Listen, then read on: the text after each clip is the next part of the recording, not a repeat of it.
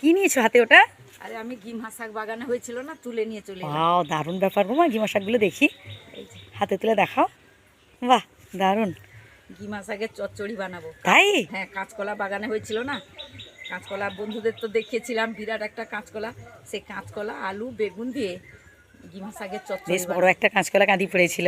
এর আগের ভিডিওতে বন্ধুরা আপনাদের দেখানো হয়েছে। তো যাই হোক, আজকে মা হচ্ছে এই কাঁচকলা দিয়ে গিমা শাক চচ্চড়ি বানিয়ে দেখাবেন। আর এই গিমা শাক খেতে কিন্তু ভীষণই ভালো লাগে। হ্যাঁ, গিমা শাকের যে উপকারিতা রয়েছে আপনারা তো সবাই জানেন। আর এখন তো ঘর ঘর হচ্ছে হচ্ছে হয় সুগার, না হলে প্রেশার, মানে যে কোনো একটা নিয়ে জীবন রোগ। হ্যাঁ, আর এই আলু টালুর থেকে এইসব তেতো জিনিস এগুলো কিন্তু খাওয়া ভীষণই ভালো। আলু থেকে যত সম্ভব দূরে থাকা ভালো। তেতো জিনিস ভালো, নিম পাতা, হ্যাঁ, গিমা, আমাদের তো এগুলি সব। ঘরের গাছে নিম পাতা, হ্যাঁ, নিম বাগান, হাত এর বাড়ালে আগের সব। ভিডিওতে দেখানো হয়েছে। আর আমও হয়েছে, দারুণ ব্যাপার কিন্তু।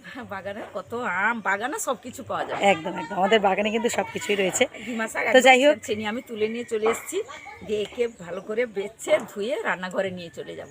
আর এদিকে ফুটুফুটুকে দেখুন, ফুটফুটু দেখুন, তার মুখটা দেখুন, তার মুখটা দেখুন, তার মুখটা দেখুন, কেমন লেজ টেজ বিছিয়ে শুয়ে গেছে দেখুন।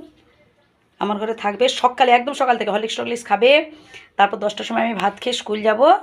ব্যাস ব্যাস, খেয়ে দিয়ে তারপর তার বাড়ি যাবে। দেখবো দেখুন তার লেজ দেখুন। আমি বললে কিছু, মানে তার গায়ে হাত দিলে কিছু বলবে না। অন্য কেউ যদি তার গায়ে হাত দিয়েছে এরকম করে পা তুলবে। মাছ আমি নিয়ে নিয়েছি, মাছগুলো প্রথমে আমি ভেজে নেব। হলুদ লবণ একটু মাখিয়ে নিই।